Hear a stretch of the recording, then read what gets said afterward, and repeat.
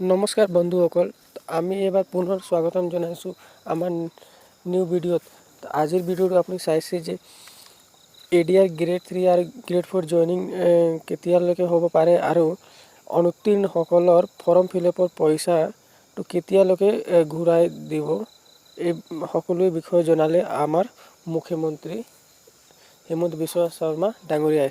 তো আহক আপুনি এটা ভিডিঅ' ক্লিপটো চাই লওক। দিব লাগিব যেতিয়া ৰিজাল্টে ওলোৱা নাই, বাচ্চা জন্ম হলেহে নাম হ'ব। আগতে ৰিজাল্টটো হওক, ৰিজাল্টটো যেই মুহূৰ্ততে হৈ যাব। যিসকল নাপালে তেওঁলোকক কৈ দিম যে আপোনালোকে পইচাটো লৈ লওক, আৰু যিসকলে পালে তেওঁলোকক কম যে দেউতাক মাকক গৈ পেলাই ভাল কৰি সেৱা কৰক। নিযুক্তি প্ৰক্ৰিয়া কেতিয়ালৈ হোৱাৰ সম্ভাৱনা আছে? এইখিনি ৰেডি হৈ আছে, এইখিনি অৰেলটো চলি আছে। তাৰমানে কিছুমান কি হয়, যেতিয়া জবৰদস্তি কৰিম, মানুহে যেতিয়া ইণ্টাৰভিউ বৰ্ডত যাব, সোমাব ওলাব, ল'ৰাজনৰ মনত বহুত প্ৰশ্ন থাকি যায়।